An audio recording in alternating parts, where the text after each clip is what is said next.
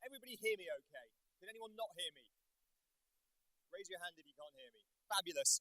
Afternoon and welcome to the Arabian travel market, in particular to the big event, the ATM 2015 opening session. My name is Richard Dean. I'm a journalist and broadcaster here in Dubai, and I'm going to be moderating this session. And this is the title of the session: Host City Strategies, How Gulf Destinations Can Leverage Mega Sporting, Commercial and Social Events to Maximize Inbound Leisure Travel Opportunities. Here's the thing. Places like Doha with the World Cup, Dubai with Expo 2020 have an incredible opportunity, we know that, to build hard and soft infrastructure that can define these cities for generations to come. They also have an opportunity to monumentally cock it up and build white elephants that are no use to anyone. And history is littered with examples of both. Here's the question: how do we make sure that we build hard and soft infrastructure that will serve generations to come and not white elephants?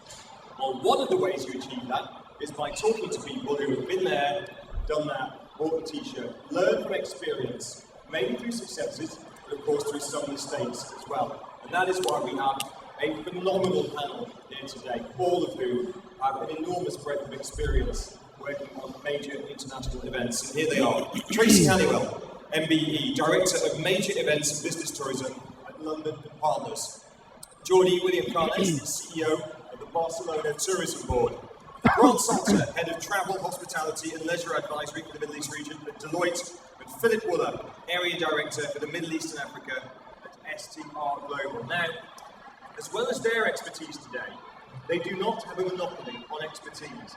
We love to hear as much as possible from everyone in the audience with questions, but also comments and observations and experiences. Here's my request to you.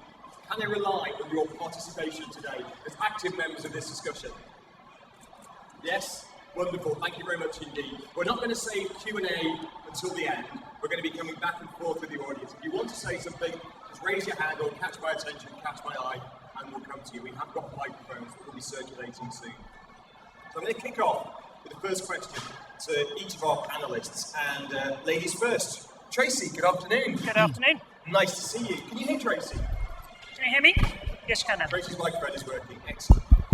Is the volume okay, or would you like it to be raised a little bit? Who wants it? Okay. Tracy, tell us where you're phoning from today. So coming from London. Is that okay? Can you hear me? Yep. Fabulous. Right. So Tracy is Director of Business Tourism and Major Events at London and Partners. Now, Tracy worked in the hotel industry for many, many years before going to work with the City of London to help promote it as a destination. And I guess one of the crown jewels of her career was working on the London 2012 Olympics before, during, and also after. And indeed, that was such a success that in 2014, Tracy Halliwell was named a member of the Order of the British Empire, MBE, in the Queen's Birthday Honours list. Tracy, here's what you say. These are your words about making sure the legacy of these events is a strong one. You say, have specific goals and build a plan to achieve them. As there is no point going into a major event unless you know why you're doing it. So have a specific reason in mind. Is it because you want to build infrastructure in your destination? Is it because you want to attract certain overseas markets? Is it because you want to build reputation of your destination? There could be a myriad of reasons, and every single event will be very, very different. But once you have that plan, and whichever part of the business you're in, obviously we were very concerned about the tourism element, being the tourism and the economic development agency for London. So we really concentrated on what did the Games mean to us in terms of a legacy for growing our tourism, for building infrastructure, for attracting investment beyond the Games, and all of those great things. So once we'd set out in stone what it was that we wanted, and we absolutely went and talked to other destinations to see what they'd done, what they'd learned, and what they'd gained out of the Games, we managed then to put a plan in action that was around media engagement. It was around working with the Olympic family. It was looking at the various different tourists that were going to come in and what specifically we were going to do with them. And then it was really looking at what's going to happen to our venues beyond the Games and what are we going to fill them with. So it was only by breaking it down into those chunks and having a specific plan of attack on each one that I think we managed to get through and actually achieve something very worthwhile at the end of it. Well, we'll look at a lot more detail at some of those examples a little bit later on. Philip Wooler, if I can turn to you, Area Director for the Middle East and Africa at SDR Global. I know, for example, that you and Tracy worked together on the London 2012 Olympics, so I'm keen to hear your thoughts on that. But more broadly, Philip has spent 2 decades in hospitality. His career combines a unique blend of senior positions in hotel operations, first of all, management, sales, marketing, also revenue management. He's also worked in consultancy and research and has been with the SDR Global team since 2008. Philip, here's your take on legacies and how to make them work. You say mega events are not simply about a quick financial opportunity. They should be approached with caution, with meticulous planning, but not just planning, collaborative planning. Tell us why. I'm mainly coming from the hotel point of view. I've been involved with mega events in terms of the sharp end from a hotel point of view, and the company, is that reverberating? The company that I work for collects data, and we've collected data for events going back to 1996, maybe a little bit before, so we've got Olympic data, World Cup data, we've got Expo data, and my general view is that most cities kind of get it wrong from a hotel point of view. And I was just speaking to someone from Milan a few minutes ago, and I was asking how everything's going there. And you've got the usual story. Well, we raised all the rates dramatically, now all the rates have come down. So I think when we look through the data, it's about a collective understanding of what a city is trying to achieve. And I think to some extent, Dubai, normal market forces may apply because of the new supply coming into the market, but everybody has to take responsibility for making this event successful. And in a way, if all these hotels go off on tangents and think they can double the hotel rates and triple the hotel rates, it's going to cause a major problem. Now, I'm pretty sure that Dubai will get hold of this and come up with a number of ideas to try to make this event as successful as possible. And my kind of view is that the Dubai Expo will probably be up amongst the best expos, but everybody has to work together to attract these people in, to offer reasonable rates, so people don't feel that they're paying through the nose, because they just simply won't come. So that's my message. A little bit of doom and gloom, but it's not about doom and gloom. It's about really kind of understanding the mechanics behind it and trying to be part of bringing in 25 million people into Dubai. Thanks very much indeed. Well, next we're going to turn to Grant Salter, a director at Deloitte Financial Advisory, head of the Travel, Hospitality and Leisure Advisory Unit within the real estate division here in the Middle East. 24 years experience in hospitality, 13 years in hotel management, 11 years hospitality, tourism and leisure sector consulting, including in South Africa for the South Africa FIFA World Cup, and working with Qatar looking ahead to the 2022 FIFA World Cup. Grant, it's good to have you with us. Thank you very much indeed. Here's what Grant has to say. Countries or host cities need to prepare for the event with the legacy in mind. Okay, prepare with the legacy in mind, and that's the way to maximize the benefits of the investments in the infrastructure. Tell us more. Thank you, Richard. It's great to be here to talk about this very interesting and very poignant topic as we head towards 2020, 2022, and a number of other events in the region. It's very easy for countries to get caught up in the glamour and the glitz and the profile and trying to outdo each other in terms of building and creating the infrastructure around your event, creating the fanciest stadiums, creating the fanciest transport networks, etc., for your events. What one needs to remember is that these events, generally speaking, are quite short-term events. Look at the World Cup, it's 4 weeks. It's 26 days of football. If you look at an Olympics, it's slightly longer than that. You look at a Cricket World Cup, slightly longer than that. You look at Rugby World Cup, it's a similar type of story. You look at Expo, we're talking about 6 months. So Expo is slightly different.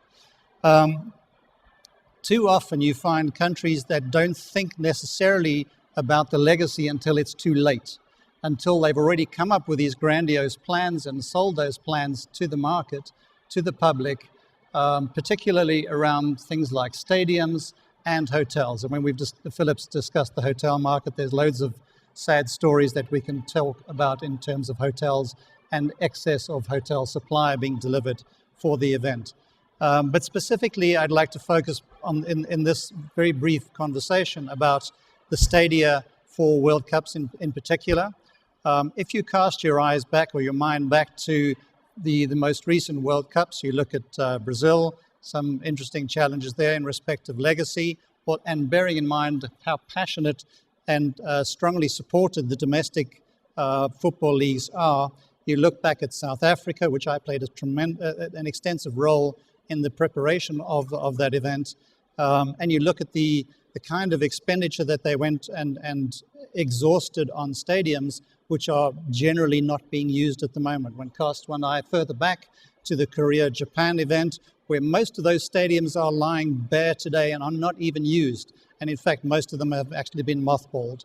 So it's a case of looking forward and preparing for the legacy for the population going beyond the event.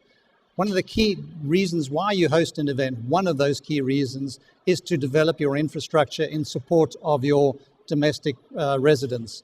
And quite often you find that the infrastructure and the sporting infrastructure in particular does not cater to their future needs.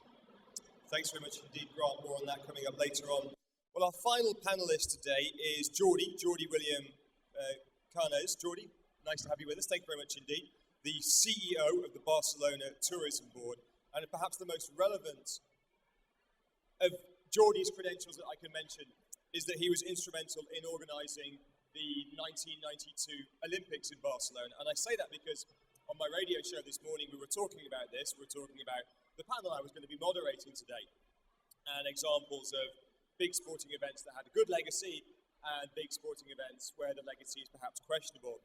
And I used the words, Barcelona is the gold standard for Olympics, reviving and regenerating a city. Before 1992, Barcelona, these are my words, not yours, kind of crime-ridden, a bit down at heel.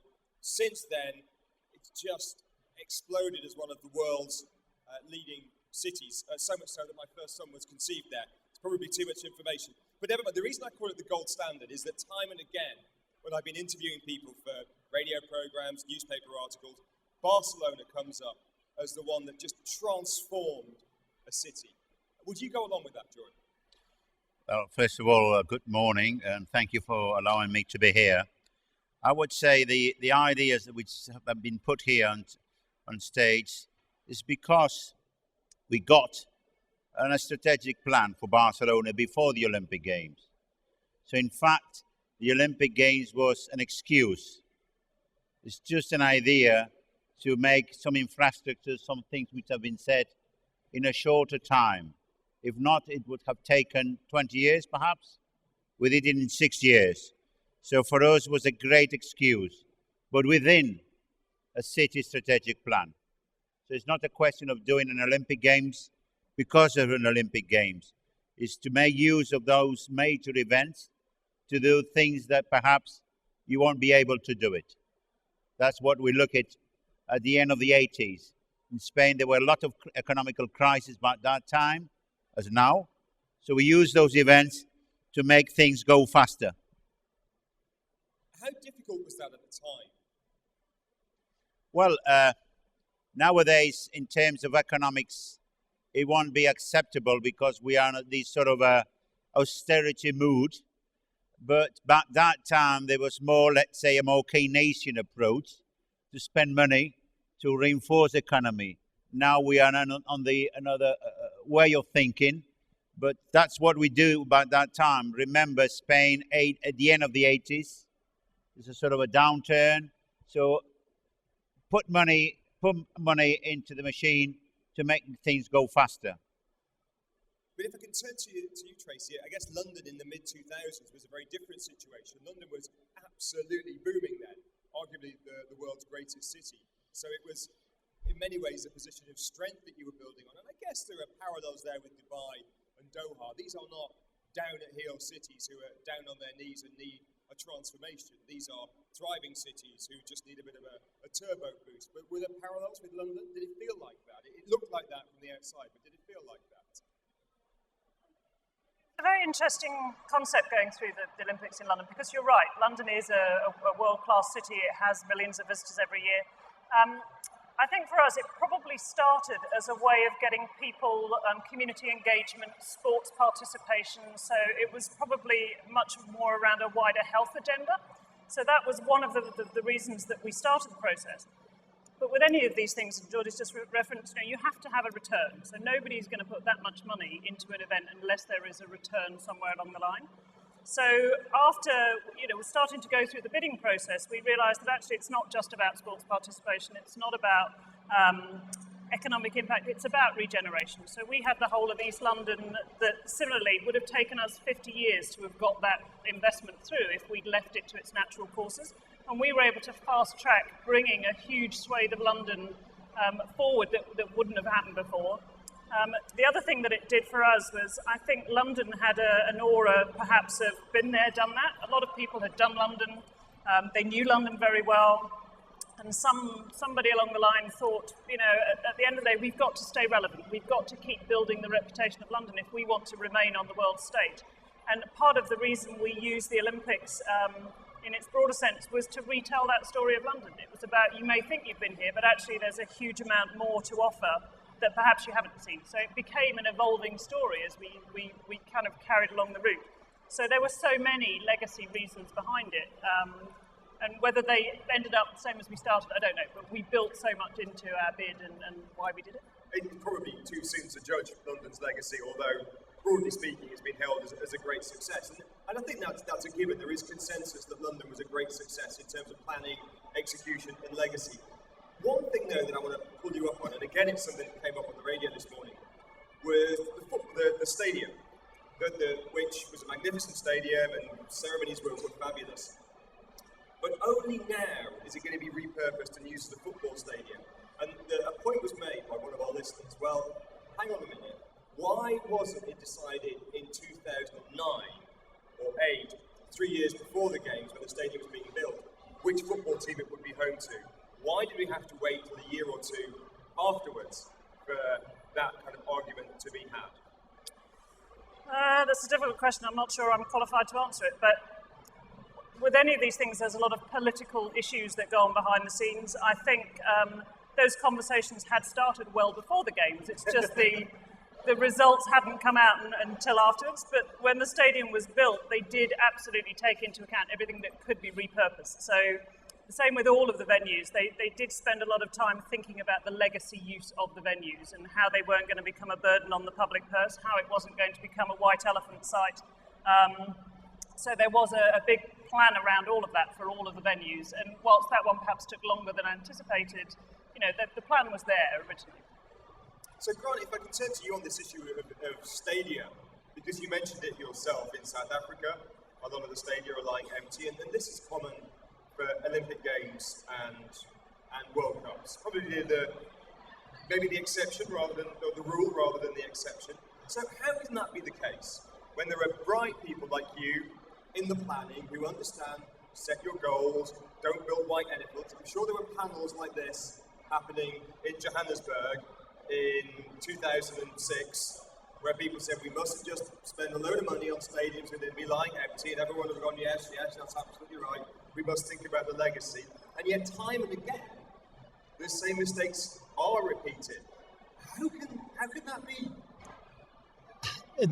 I wish it were a simple answer, Richard, and clearly if it was a simple answer, we wouldn't have those kind of challenges. I'll respond to that in a couple of ways.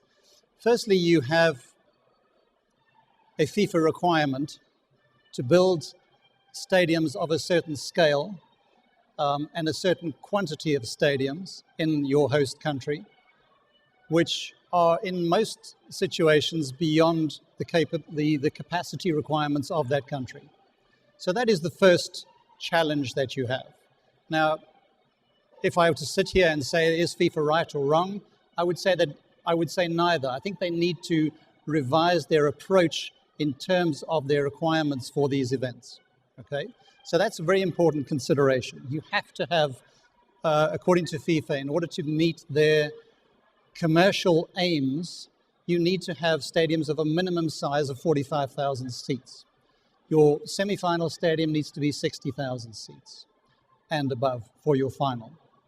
So that in itself puts enormous strain on smaller countries with smaller attendance levels, like South Africa, like Qatar is going to have, like Korea, Japan has had, the US going back into 94.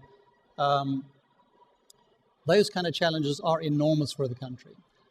Assume, however, that you manage to get through those and understand that there are going to be certain stadia with challenges within that market. And in South Africa, we did business plans for almost all of those stadiums. Out of all of those stadiums, only 3 came out with positive results, positive outcomes in terms of investment requirements for those stadiums. Only 3. Out of those 3, all of them got mired in political infighting to the point that none of those plans have been realized. And this is one of the biggest challenges. Cape Town Stadium, which in my opinion is one of the most beautiful stadiums on the planet. Its location, its surroundings, the actual stadium, the whole technical component of that stadium is brilliant. And it got caught up in so much political infighting.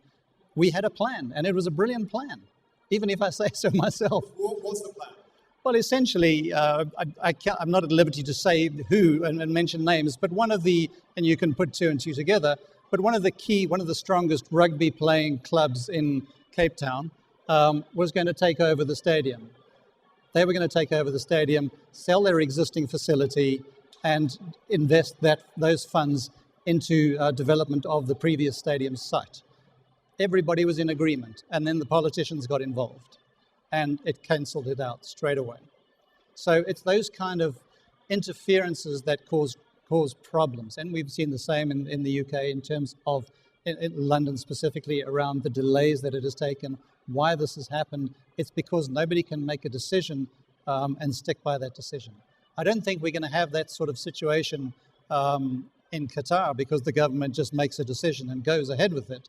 But the question then comes around Qatar specifically. They have been trying to reduce the number of stadiums from the 12 that was requested initially to a more manageable and more usable legacy number of around about 8 stadiums. And FIFA is pushing back, saying, no, it has to be a minimum of 10. So you've got these kind of situations where there's a disconnect between the requirements for the event and the authorities saying that's what needs to happen. Philip, I'm not ignoring you for discussion. Feel free to jump in at any point. We'll move towards hotels, I'm sure, very shortly.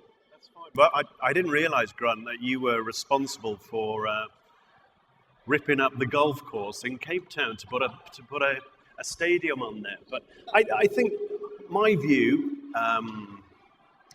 is pretty much what Grant says. FIFA, they kind of if you want to host one of these events, there are very strict guidelines. The guidelines can't work after the event. They simply can't. If Doha built 10 stadiums, there's absolutely no way they can do anything with them. But if they want to host the event, then they've got to kowtow to an awful lot of what FIFA says. And I think that's just the way it is.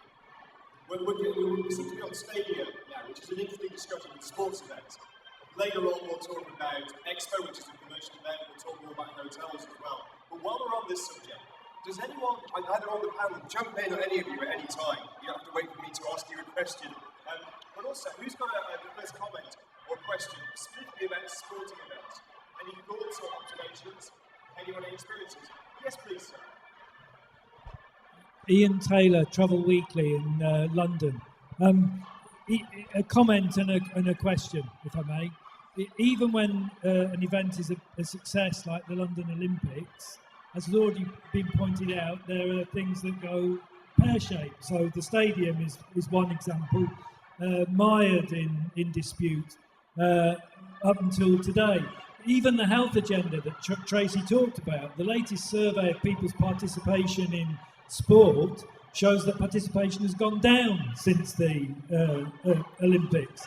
But my question is that, and Jordi raised this, that in the late 80s and 90s, there was a different political atmosphere that allowed Keynesian-style investment in projects. And across Europe and so on, austerity is the order of the day. So, does it mean that the number of cities that can host mega events has come down to really those of the Gulf, China, and a much smaller number of cities? Are the mega events of the future going to be in a much smaller pool of cities? Thank you very much indeed. We'd like to have a stab at that one. Jordi? We had the experience of running for the World Athletic Championships 2 or 3 months ago. Now, if the balance is only going to be the money, I think certain cities may not have the chance anymore. That's for sure. The question is, if apart from the money, you want to take into account other things. For example, Winter Olympic Games. They used to be spotted somewhere in the mountains. Not anymore. Why? Because it's not sustainable to start building hotels in the middle of the mountains. What has been decided? City hotels and the ice events, and the snow in the mountains where the infrastructure it doesn't need to be so big. So I think cities in Europe, perhaps the United States, perhaps other cities have to reshape their strategy to make confrontation with the new global cities. That's reality, and that's what we have to understand and accept. Turning to you, London was perhaps a surprise, but it was a surprise, winner of the 2012 Olympics. Do you think we're now entering an era where in countries with active democracies, it will be difficult for politicians to justify the expense of firstly bidding for these major events and then investing in them when there are so many other political demands, health spending, education spending, benefit spending, and so on? Yeah, completely. I head up the major events team, which incidentally we set up as part of our legacy thought process. So around the venues, we decided we needed to have a plan for how are we going to win events for the future. So that's how the major events team started 3-4 years before the Olympics. But you're right, we've now got our 7 legacy events that are going in the park, and we're through all the way till 2018. It's now becoming increasingly difficult to get government cut through to back major bids in the future. So what we're finding is we're having to be very much more specific about what we're going for and why are we going for it. And you have to put forward a much stronger ROI economic benefit case as to why you want to host events rather than just because you want to host them. There's also, I think we're starting to have discussions with major event organisers in how can we reshape the way that they're doing their bids, because you're absolutely right, there are going to be fewer and fewer destinations that are going to be able to cope with these mega events. So to a certain extent, I think there is that conversation to be had around how can we change the mega event to fit more cities rather than how can the cities change to fit the mega event. So whether that's more engagement with commercial entities, how can you get more major brands involved to help pay for it? The Olympics is very good at the sponsorship it attracts across a wide variety of people. An Expo currently isn't a commercial venture at all, so maybe there are ways around doing mega events that can work with the city, and certainly that's where we're looking. And from our political agenda, London always struggles against the rest of the UK because there is an agenda to help the rest of the UK. So we always have to have a very strong case about why London can potentially host an event, but then also feed out to the rest of the UK. So how can we work with nations and regions to spread that economic benefit that doesn't just remain in one major city? So it's looking at how you can potentially do things collectively, how it doesn't have to be in one destination, and how you can work with major stakeholders to make it more viable going forward. Grant, if we stay on the issue of stadia just for a short while, so we've identified some of the major pitfalls and problems and some of the reasons that even the best laid plans don't come to fruition. So, given all that, given the size of Qatar, what are they doing? What are you helping Qatar to do to minimise the downside and maximise the upside from 2022? Hello.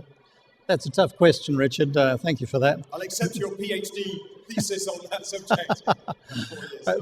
Before I answer that, I just wanted to raise something else, which I think we should discuss shortly, and that's in terms of the actual time that it takes to see the benefits of these kind of events. It's an important consideration that many host nations either forget or don't consider sufficiently or don't communicate with the populace sufficiently.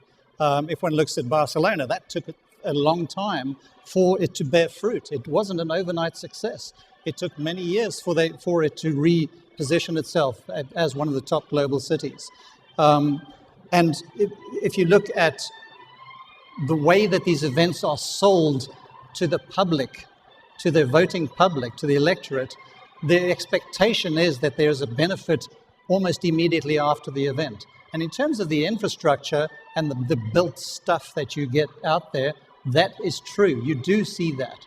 But in terms of why you do these events, and it goes back to the discussion that Tracy raised earlier, you need to decide why you do these things. If you are positioning the country for a long-term higher profile, it takes time to get there. And that's a very, very important consideration that's often left out. Turning back to Qatar, and in terms of the stadium strategy, it's a little bit of a moving target at the moment, unfortunately. There's still some debate around the quantum of stadiums, so whether it's 10 or whether it's 12 or whether it's 8. Any number in between that is probably going to be the final number. There's some challenges in respect of how the actual stadiums are delivered. When we worked on the initial bid work with Qatar, there was the notion of a temporary stadium or an overlay stadium with a legacy stadium being the anchor was mooted and pitched quite heavily.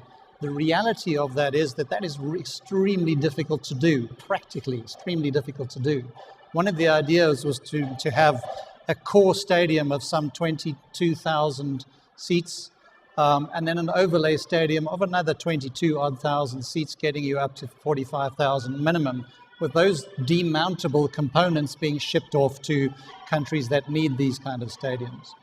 The practicalities of those is turning out to not be as easy to deliver as was initially conceived.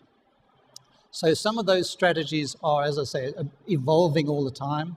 Some of those stadiums are likely to be completely demounted and removed completely. So they'll be as temporary as one can be, fitting within FIFA's requirements, technical safety, etc. But will be removed in its entirety. There's talk of floating hotels, cruise ships may be used, and we'll get to that. Correct. The hotel part of the discussion. Maybe we could have floating stadia who could just kind of sail around the world. Floating Olympic stadium, just used for 30 years. I'm going to pass on that one. Who's got the next comment or question for our panelists today? Happy to take as many comments or questions as you like. Yes, please, sir. Thank you. There's a microphone coming to you. Thank you. My name is Irfan. I'm from Irhal, which is an Islamic travel website and mobile application. My question or comment is about why not have multiple cities host an event? That'll make it easier, because rather than having 10 stadiums in Qatar, you can have it in the region. And sure. In future, FIFA or the Olympic organizers should then try to encourage multiple cities participating. Sure. I'll take that one, Richard. There's an unfortunate history within the World Cup, and I'm speaking about World Cup specifically here, when it goes back to 98, Korea, Japan, was from a football perspective, it was pretty good. There were no issues. From an event organization point of view, from a FIFA point of view, from a legacy point of view, it was an unmitigated disaster. And as a consequence of that, FIFA are very, very hesitant to go down that path again. I agree with you. If one thinks about it purely from a technical, from a financial, from an economic point of view, it should make sense to share the event within the region. Idealistically, yes. Practically, however, there are so many challenges in terms of the movement of individuals, who's going to host the final, who's going to host this event, where are the people going to stay. It just gets so complicated. And I'll be frank with you, one of my very first questions that I asked when we were brought in to advise the 2022 bid committee, as it was then, in 2008, was exactly that question. And I won't repeat the answer, but it was along the lines of trying to get everybody coordinated within this kind of event is severely challenging. And FIFA don't look on it very positively, in truth. Jordi, your thoughts and observations about multi-destination hosts, either multiple cities or multiple countries? But at that time, we managed to offer the Olympic, or the what so-called Olympic family, not only one spot that is nowadays being understood. So we spread the concept of the Olympic activities all around the region. Now, the concept of the Olympic family is to just have it in an Olympic park, everything closed, etc. But at that time, we understood that we had to have 16 areas around the region, which was, as I said before, a good excuse to improve roads and technology all around. So from my point of view, we got an experience in Europe in the European Football Championship, I think 4 years or 8 years ago. So in a certain places, it has a certain logic. But it's true what Grant just said, because people wants to be proud of his city or his country.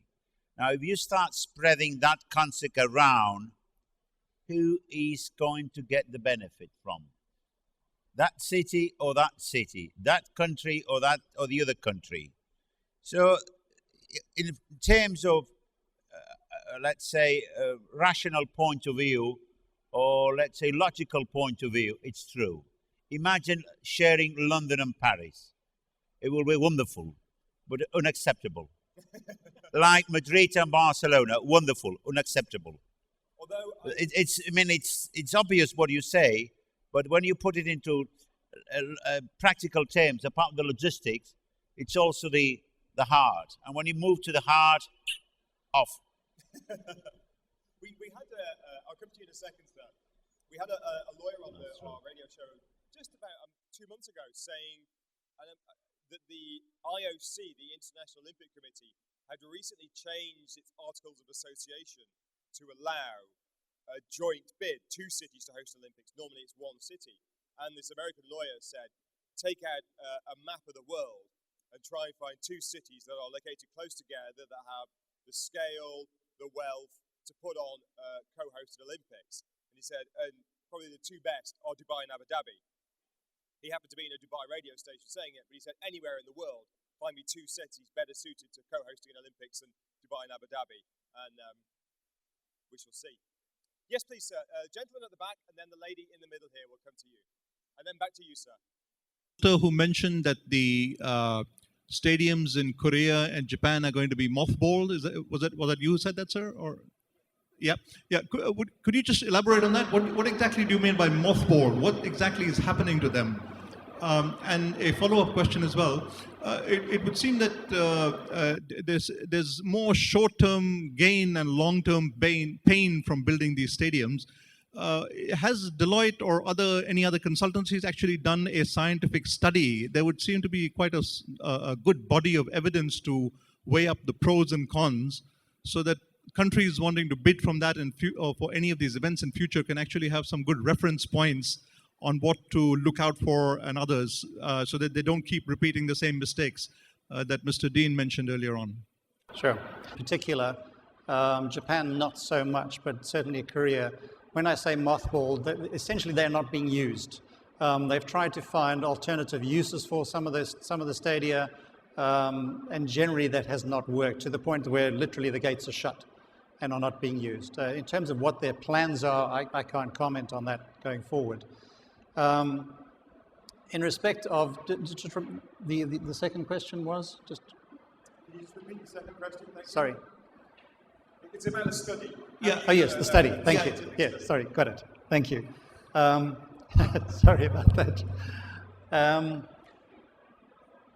One of the key things about these kind of events, which is one of the biggest challenges that we as consultants face when we advise clients on these kind of events. And we've worked on 2006 bid for South Africa, 2010 South Africa, World Cups, Cricket World Cups, 2022 Qatar,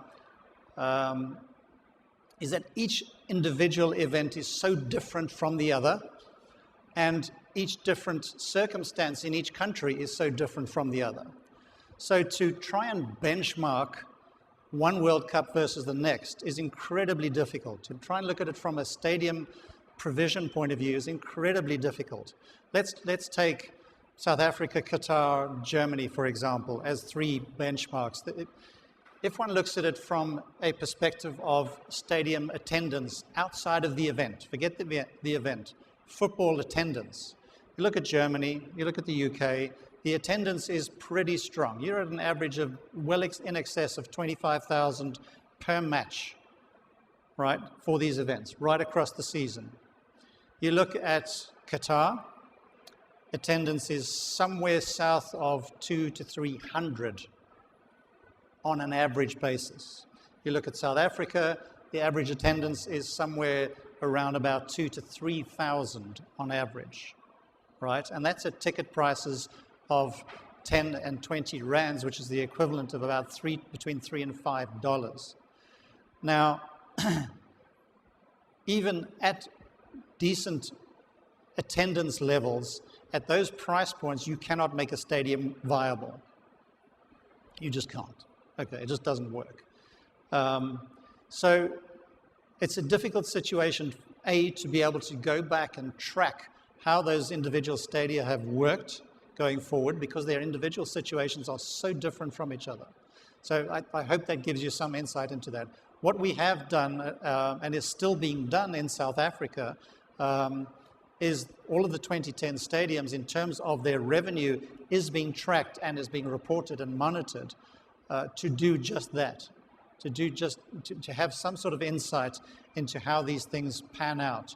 But a very important point is that South Africa, in terms of its market components around football particularly, is vastly different to any other country in the world. Philip, I'm keen to get your perspective on this. I know you're not a sports guy, you're a stadium guy, but just listening to some of these discussions, what are your thoughts or conclusions, also based on your own experience? Well, I mean, my view is that, you know, tracking some of the data from Brazil, from South Africa, and I'm kind of conscious that Grant is on the left of me that was so involved in South Africa. If you look at the hotel data, you would have to say it was a disappointment.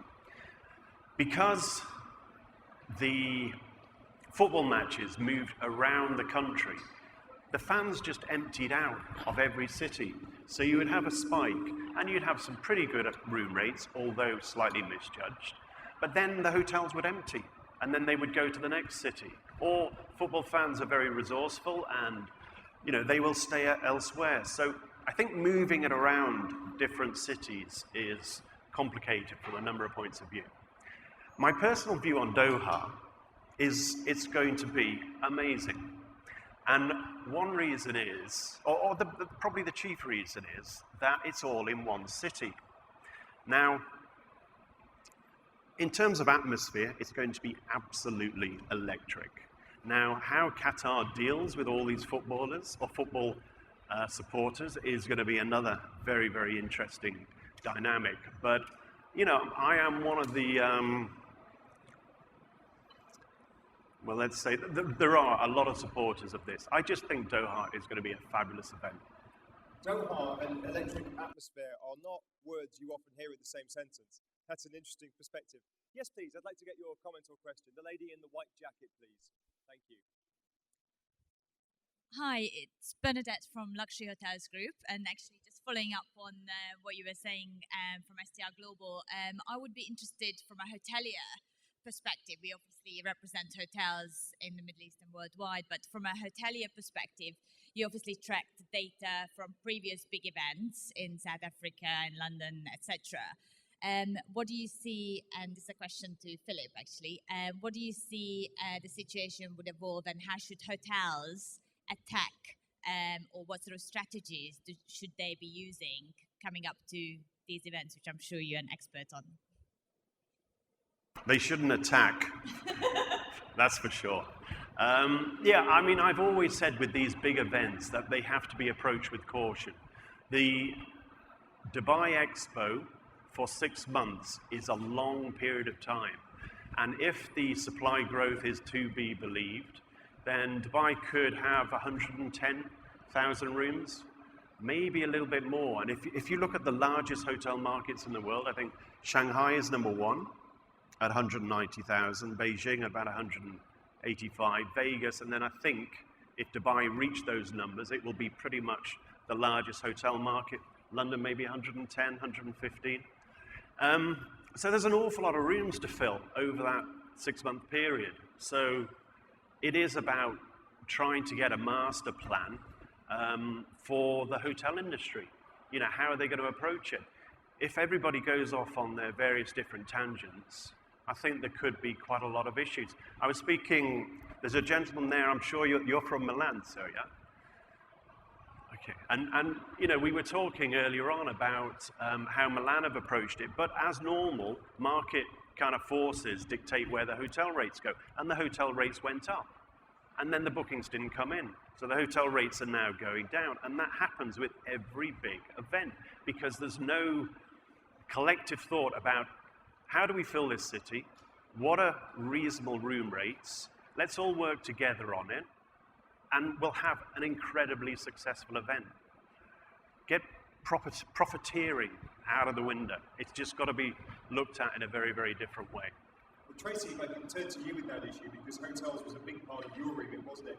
Hospitality, getting in businesses and business travellers to come to London was a big part of your remit. And yet with London, clearly there was no option to build an extra 30,000 hotel rooms. Just was never going to happen, there's not the space. So how did you approach this issue, knowing that you would have this huge spike in demand for 2 weeks and then a month later another 2 weeks? Yeah, the same way.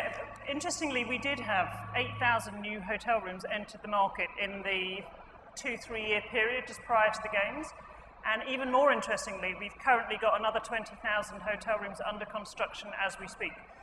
So actually the investment has continued beyond the games in hotel rooms. So we're going to be up to about 140,000 rooms, I think, by 2017. But as Philip said, we absolutely sat down with all of our hoteliers and started to discuss, you know, what were the patterns from similar events. So how could we impart that information to the hotels so they could make their own decisions? But, you know, there's not that $1 million contract that everybody thinks is going to happen around these games. In London, there was a lot of choice. It was about, if you want the prime business, you've got to start working with the stakeholders and understand what they want and what they're prepared to buy. Probably more importantly on hotels, whilst we tried to work very much with the industry to abide by the contractual obligations that we'd agreed with LOCOG, so we relied on our hotels to come along with us. We couldn't have done it if the hotels hadn't agreed to what they agreed to. But we were also looking at things like displacement. So there's a huge issue around just prior to any event. You tend to find for that 2-3 month period just prior to and just post an event, people stay away from your destination. So the view is the hotels are going to be too expensive, they're going to be full, the destination is going to be a building site as everything is prepared and repurposed for the event. So in general terms, where we had come from was that people are not going to come. So we actually concentrated on building campaigns around how could you get people to come to your destination in those downtimes.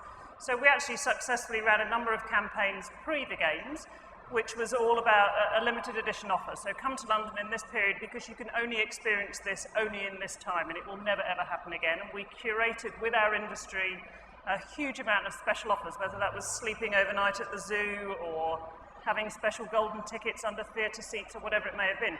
Similarly, post the games, we worked again with the industry to say, how can we make sure that people come back to us in that immediate 3 months post the games period when people have probably got event fatigue and they don't want to come to London because everybody's just done that.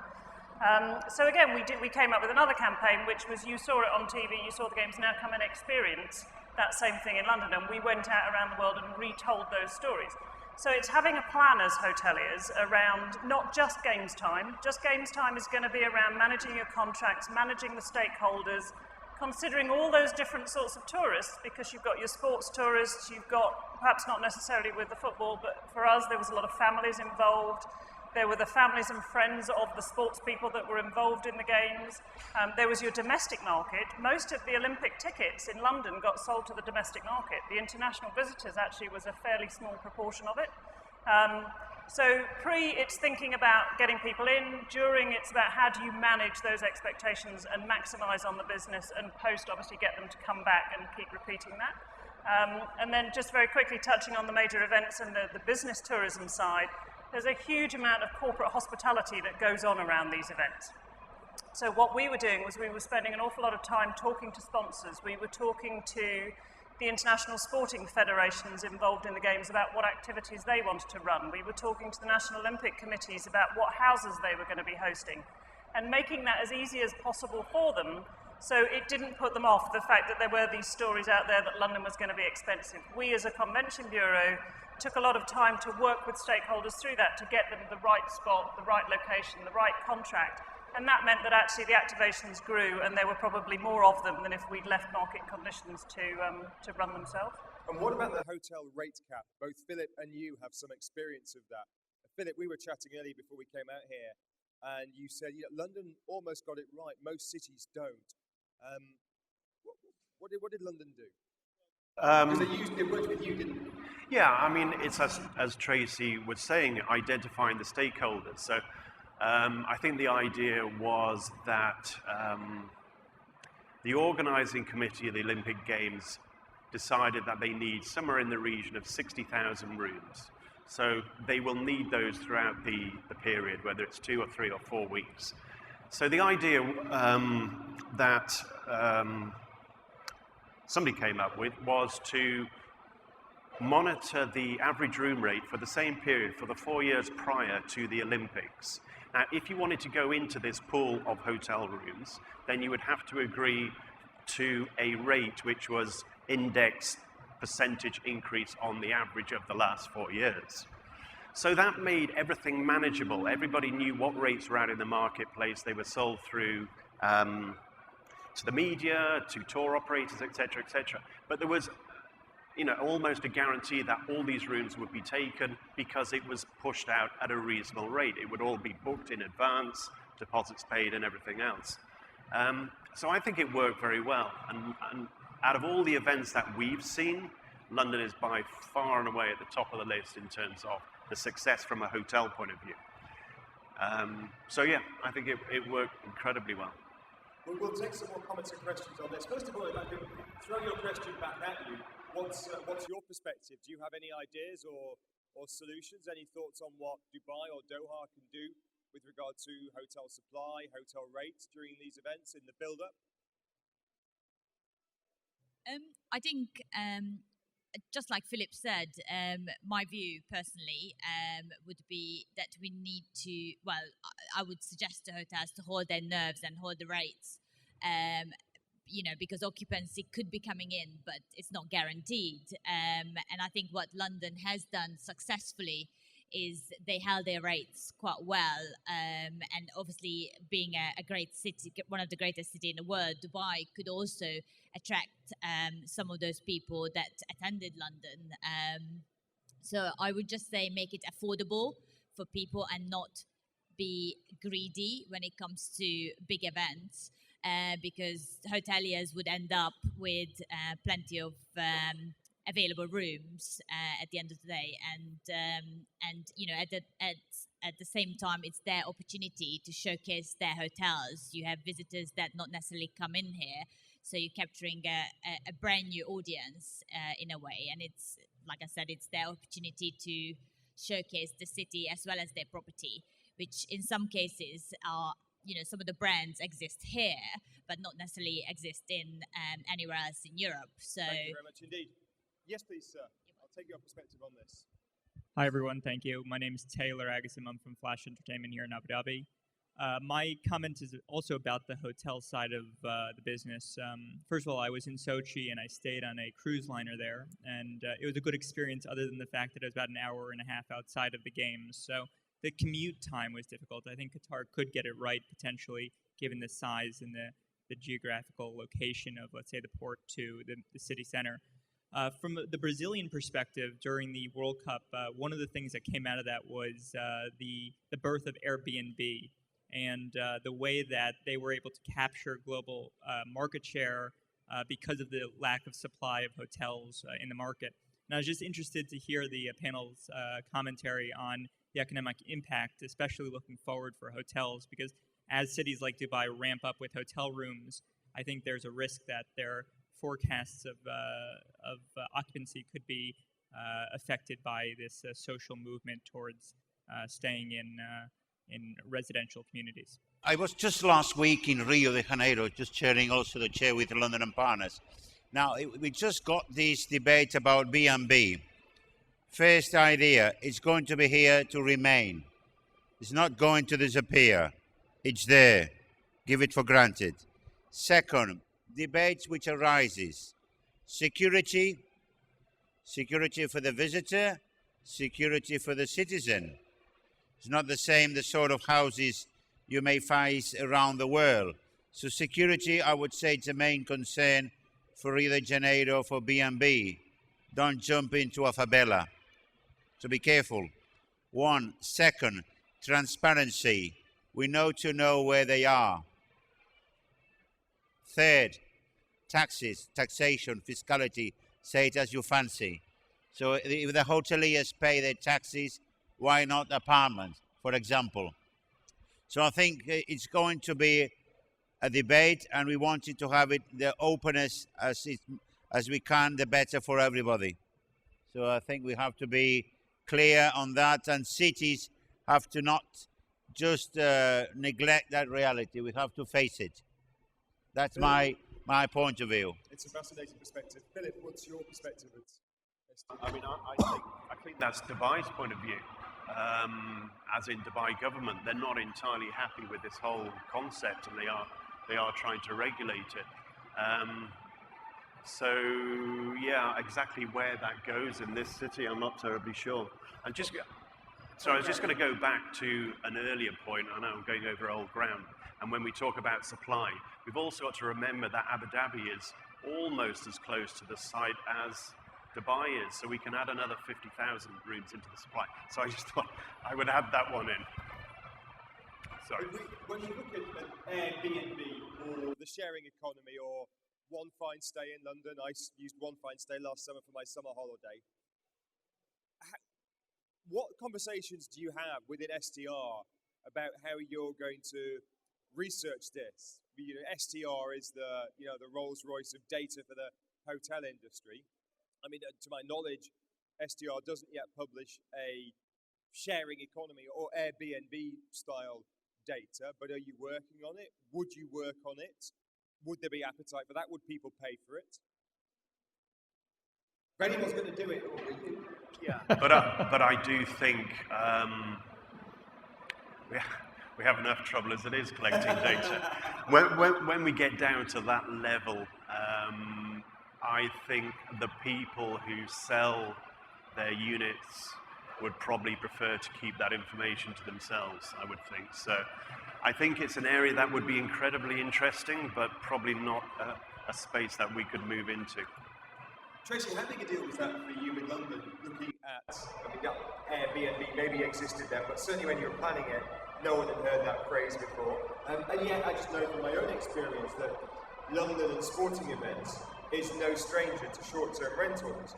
People rent houses close to Wimbledon during the tennis. People rent houses close to the Ascot racecourse during the June Ascot race meeting. So this has been happening for decades in London, albeit on maybe a smaller scale and also a more upmarket scale.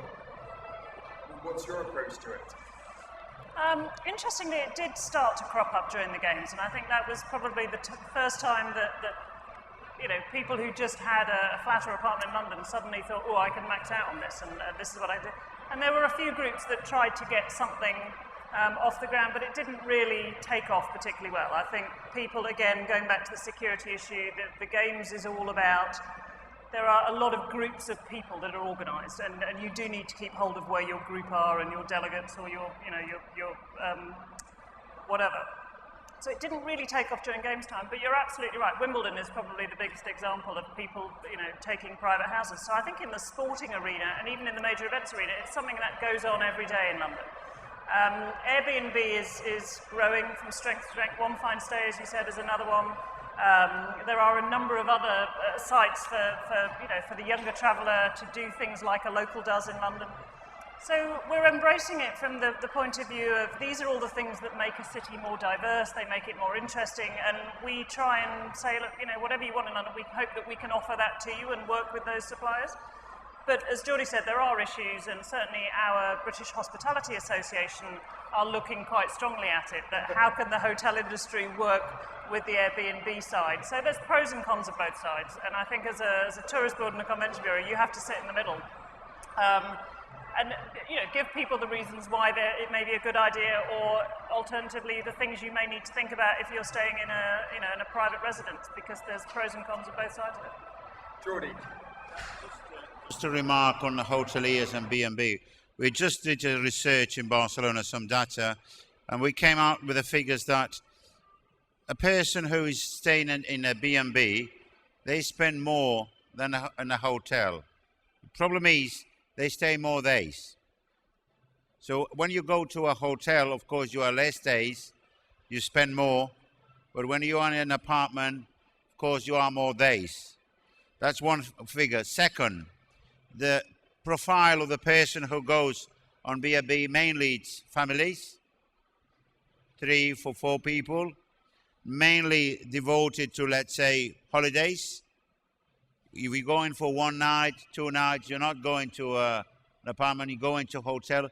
So that also puts another new challenge for hoteliers to become the hubs of services. It's not just having a bed. You have to have more things than just a bed. And I think it's a new play and a new game we're also facing in Barcelona on all this debate between apartments, or what's so-called apartments, or bed and breakfast, or whatever you wanted to call, and the hotels. I think is a new fascinating period there. And of course, the cities have to make use of the new realities and new options we are having there. Thank you very much indeed. I'll come to you in a second. The gentleman who asked the first question today, you've been patiently waiting to ask your second one, so thank you very much. Philip and Grant both have an overview, and Philip kind of started to answer the question I wanted to ask when he said London had been the best mega event from a hotel point of view. I wonder if Philip and Grant could give us a best and worst, maybe a top 2 or 3 from their differing perspectives, and say why. Obviously, there are lots of different criteria, but the top 3, say, and worst. What I have to say, which are the worst? Athens was an interesting one. Well, yeah, from the point of view, when we look at some of these events and we look at the upsurge in terms of room rate, generally, there's not an awful lot. If you look at Shanghai, if you look at the Beijing Olympics, if you look at London, the actual occupancy was not that much different. But if you look at Athens, it's about a 240% spike, because the city was almost empty up until there was absolutely no, this is the room rate I'm talking about, there was absolutely no control on room rates at all. It's a city without that many rooms, and the hotels just went out of control. So room rates went up by 250, 300%. And then we know what happened after Athens, so that was a challenging one. Shanghai is an interesting one with the Expo. We talked about how many rooms there are, but the highest average room rate in Shanghai over the 6-month period was $159, but the average was more like $110. Is that for 5-star? That's for the city. For the city. Okay. So, I mean, we're sampling maybe 450 hotels. So it's a reasonable sample. But the point there is it's a very affordable city. You know, it was open for business. Anybody could come into the city, buy a room for $100, go to the Expo. You know, which is one reason why they had 73 million visitors. So I kind of think to some extent they got it right. Beijing closed, didn't it, for 3 months before the Olympics, and then that spiked pretty bad. London, to me, is the only one that's really put a massive amount of effort into how is this going to work, and not necessarily allowed normal market forces to take control. So that would be my view. I'll give you an example. South Africa, very close to my heart for obvious reasons, and why that was such a mess.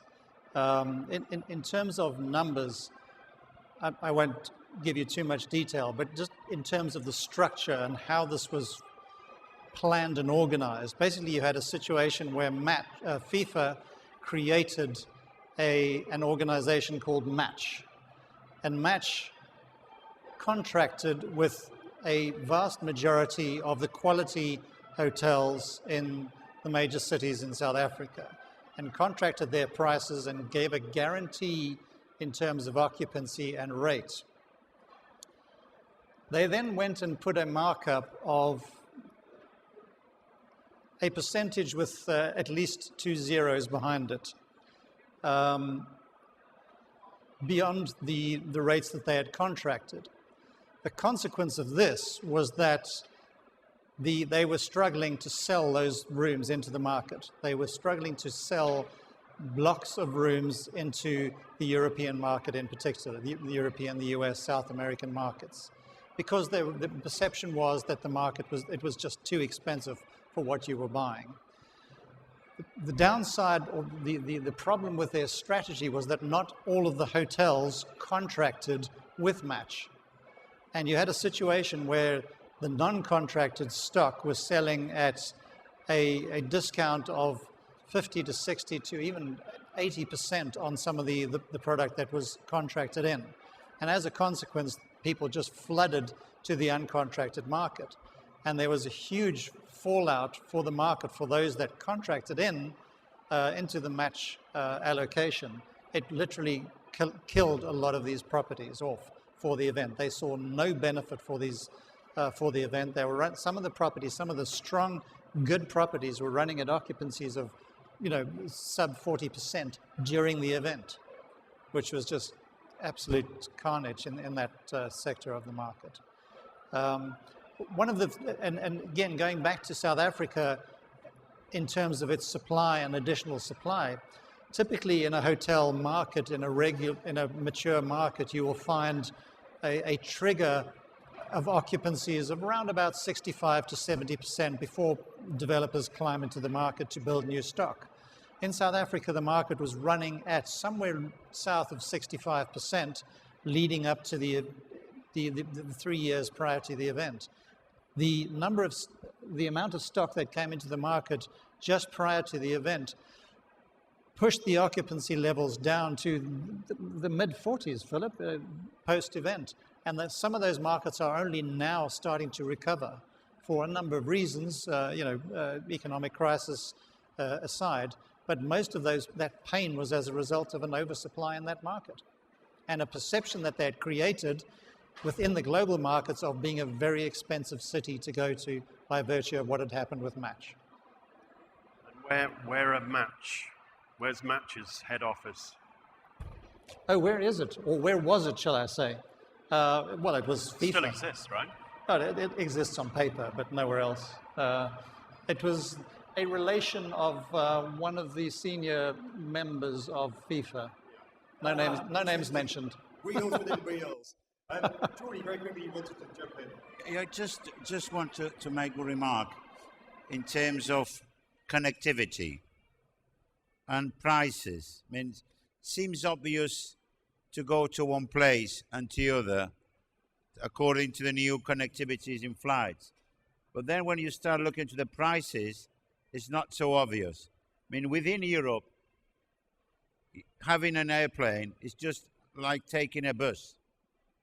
It's low cost, no problem within Europe. When you start moving, prices are moving. Now the question is, you are located in Dubai, or you're located in Shanghai, or you are located in Rio, how much does it cost to go there? In terms of Beijing or Shanghai, within China, it's pretty cheap. But you want to come outside there, it's not so obvious. So when you make your strategy, you have to focus also on the connectivity, because if not, you may have a big offer, but if the prices do not follow, you don't have a partnership with a company, an air company, etc., it won't fit. That's for sure. I mean, that's our point of view. You need to have a partnership, not with one. Don't only do it with one. Use 3 or 4 air companies. The better as many as you can, the better for you. Now, we've got about 15 minutes left, and I want to make sure that everybody who wants to ask a question or makes a point gets the opportunity to do so. I've seen 1 or 2 hands up here. Can we very quickly see who's got a question or comment that they'd like to ask before we wind this up? I know you have, sir. Anyone else, just to make sure that I come to everyone who's got a question before we wrap it up. Okay? Sir, the microphone is yours. My name is Sudhakar, and I work for 2 Emirates airline-owned hotels. One is Al Maha Desert Resort, and the other one is Le Méridien Alaka. So Emirates owned, managed by Starwood Hotels. I want to begin with saying I'm a big fan of Richard Dean. I listen to him every morning from home to work. And while listening to him today, it dragged me here. I've left all my appointments to my other colleagues, and I'm sitting here listening to him. That's how much of a fan I am. Thank you. As we come towards closing the session, I just want to put in a suggestion that talking about the rates during the 6 months of the Expo 2020 is that maybe the governing tourism and DTCM, the governing body, should have a rate cap for 3, 4, and 5-star hotels, and these hotels GMs stick to these rates and not go above that. Meaning, like now, DTCM has introduced the tourism dirham, which is a 15 dirham per room night for 3 and 4-star hotels, and a 20 dirham per room night for 5-star hotels. A similar cap that would maintain the rate level throughout the 6 months. Like that, we would protect the visitors coming into the expo. Thank you. Issues such as tourism tax, which is an interesting one. You can call it whatever you want, a tourism dirham or a levy or a tax, but in many ways, this makes sense if you're looking at a social benefit for a community. If there's 20 dirhams on every hotel room in Expo 2020, and that goes towards schools, community activities, then... If I can take both of those questions, Richard, I think the tourism levy, let's not call it a tax, the tourism levy is fairly common around the world, and I think it's a very good thing as long as the funds generated by those levies are put to good use. And there's no suggestion that there isn't being done here, but if that is to be hiked for the event specifically or under any circumstances, I would just want to know that it is being used to develop tourism specifically and not necessarily go to education. I don't think that's the right appropriation of those funds. To come back to your question in terms of controlling the market, putting a rate cap on, we're very much not in favor of that. Very much because the market forces of the scale of Dubai's market is such, assuming we get to the numbers, whether it's 100, 110, 120,000 rooms by that time, the scale of that market will dictate the price points that are accessible in that market. We are very resistant to manipulation of market forces by controlling prices. It doesn't work. The policing of that, the systems that will need to be put in place in order to manage and monitor that, just in this particular market, just not going to happen. it's just not going to happen. And we're very much free market oriented in terms of letting the market decide what the price points are, and that should be the mantra going forward.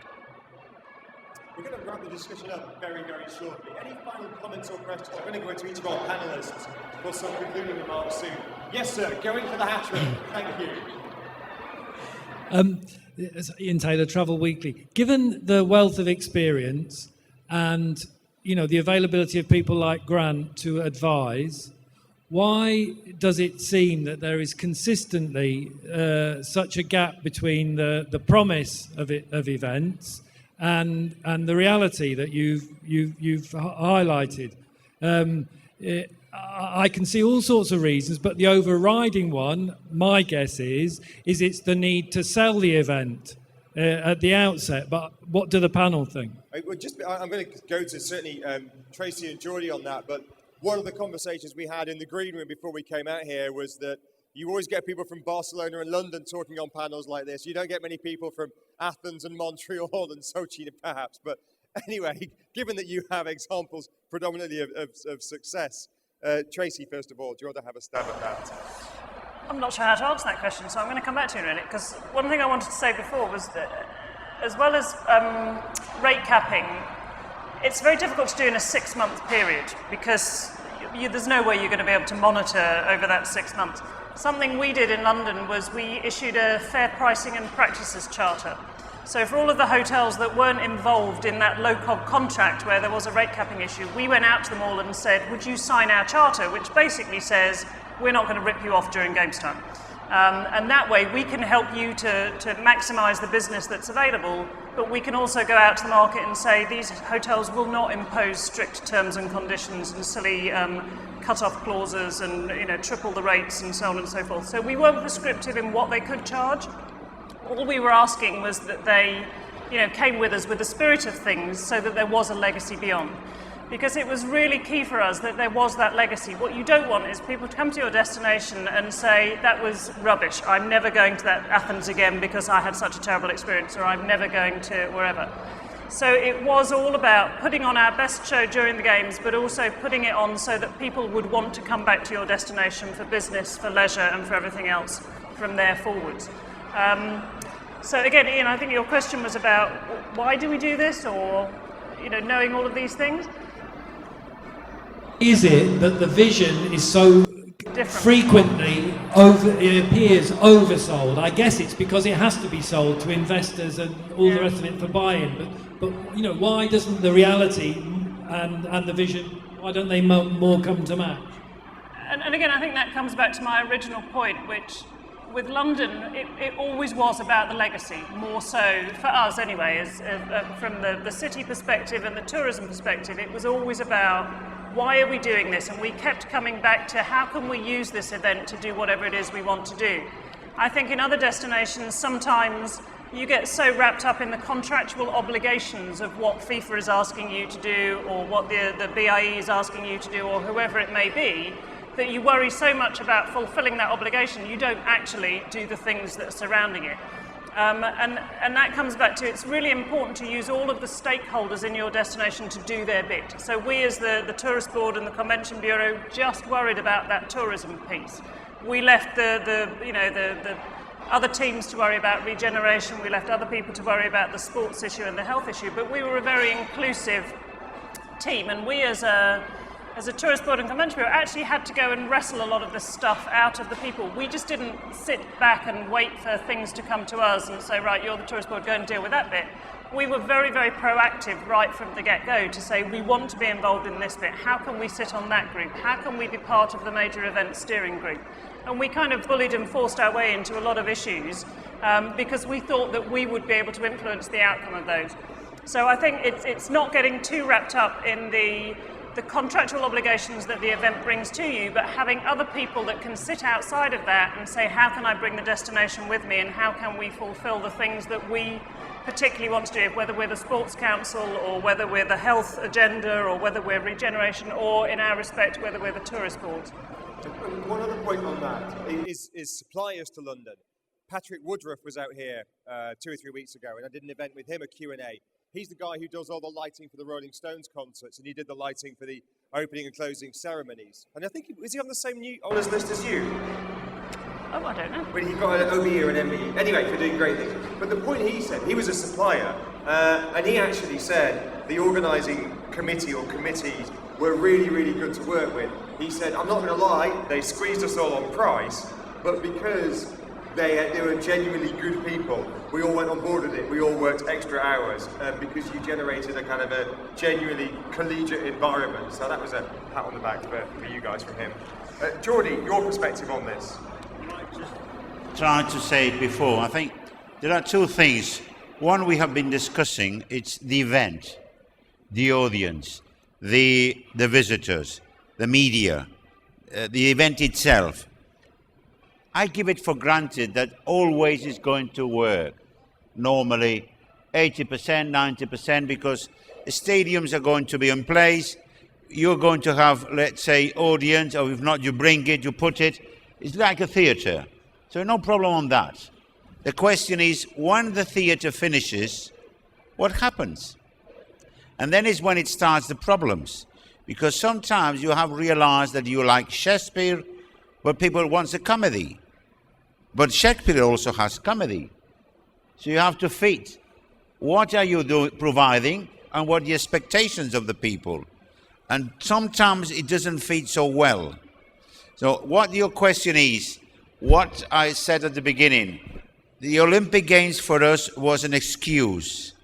We didn't have either hotels by that time. The Olympic family had to live in cruises. Only 140 hotels, now 365. So the impact was afterwards, not before. We had the same problem as the Rio Janeiro people are having now. What are we going to do after the Olympic Games? 92, 93 down, 94 down, 95 down. Just 1996, we started to grow up. So it's not obvious that just after a major event, you're going to start going up. You have to plan, you have to work, and you have to look to the global approach of your city and your facilities, etc., etc., etc. If not, you just have a major event, a big theatre. Thanks for that, it's theatre, but after the theatre, it's closed. Well, those were wonderful concluding comments from you, Jordi. I'm now going to go to each of our panellists and ask them for their concluding comments. I'll start on my far left. Jordi, anything to add to that? Any one final thought you'd like to leave us all with? Just enjoy, think on the visitors, but also think on investors and think on the citizens. I will say three concepts: visitors, investors, but also citizens. If you feed all those three elements, you may have a good soup or a good brandy, or I don't know what sort of drink you are allowed to have. That could be an issue in Doha. Grant. Maybe not. I think for me, going back to my original point of planning for the legacy, what Jordi says in respect of Barcelona's journey towards putting it on the map, and the World Cup being, the Olympics being one component of that, is vitally important. Qatar, for example, has not only targeted 2022 as an event, it is one event on a schedule of events that they are targeting. They have clearly defined that as one of their activities that puts them on the map. And they understand the consequences of that and what it takes to get there. So getting the legacy right and understanding that an event in South Africa, an event in Germany, an event in London, all have very, very specific conditions and circumstances, and one needs to plan around that. There is no duplication of one success story is going to be a success story in the next event. Philip. Well, I'll just closing comments on the Dubai Expo. I mean, I do think the Dubai Expo has all the makings of a fabulous event. Dubai doesn't do failure, you know, it really doesn't. But kind of slightly to that gentleman's point there, it is about people getting involved. It is about trying to make it work. You can't just simply rely on a government department everybody has to get involved. But I think it has all the makings of a fabulous event. So looking forward to it. Philip, thank you very much indeed. Tracy, we began with you. You had the first word. I'm going to give you the final word as well. What final thought would you like to leave us with? I mean, it's everything I've said. It's have a plan and stick to it, but also manage your stakeholders' expectations. So bring everybody with you. Try and work with your hoteliers to have a plan for the hoteliers. Try and work with all the stakeholders of the event and the organisers and have a plan with them as to how you're going to do it. And probably above all, take your own population with you, because if you don't get the domestic market and all of your citizens on side, then also you're on a hiding to a disaster. So use the media, build your reputation, but have a plan as to exactly what it is that you want to get out of it and go accordingly. It's been a fascinating discussion. Thanks, first of all, to all of you for your comments and questions today. Being a moderator of these panels can be either an invigorating and enjoyable experience or soulless and like pulling teeth. So you've made it enjoyable and invigorating with all your questions. So thank you very much indeed for being here today and for your contributions. And thank you to our panelists, of course, to Tracy Halliwell, MBE, thank you very much indeed, from London and Partners, to Philip Wooler of STR Global, appreciate your insights. Grant Salter of Deloitte, really appreciate your insights. And of course, Jordi, to you as well, Jordi William Carnes from Barcelona Tourism Board. Thank you very much indeed. And with that, I'm going to hand back to my colleague, Lindsay. Thank you.